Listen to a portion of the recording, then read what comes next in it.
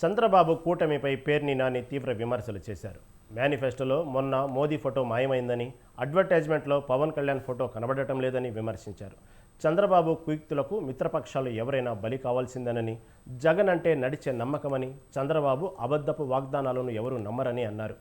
చంద్రబాబు మోసంలో తాము భాగస్వామ్యం కాలేమని బీజేపీ ముందుగానే తప్పుకుందని తెలిపారు.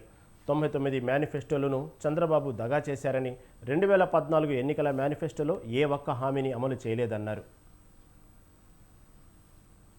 పెన్షన్ 4000 రూపాయల పెన్షన్ 4000 రూపాయల పెన్షన్ చంద్రబాబు వస్తే మేనిఫెస్టోలో 4000 పెన్షన్ని మొదటి పేజీ నుంచి చివరి పేజీకి వెళ్ళిపోయింది. మేనిఫెస్టోలో సూపర్ 6లోంచి చివరి పేజీలోకి వెళ్ళిపోయింది. ఎన్నో పేజీ చూడండి, 4వ పేజీ 5వ పేజీలోకి వెళ్ళిపోయింది. 4000 రూపాయల పెన్షన్ లేదు.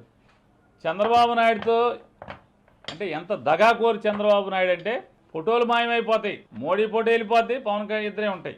చివరికి ఇప్పుడు మోడీ లేదు, పవన్ కళ్యాణ్ లేదు, చంద్రబాబు ఫోటో ఒకటే. ఇది కూటమి తంతు. అప్పుడే మోసం మొదలైపోయింది. ఎన్నికలు ఇంకా ఓట్లు ఇంకా అవ్వలేదు. అంతకితం వరకు చంద్రబాబు నాయుడు ఓట్లు అయిన తర్వాత మోసం మొదలయ్యేది.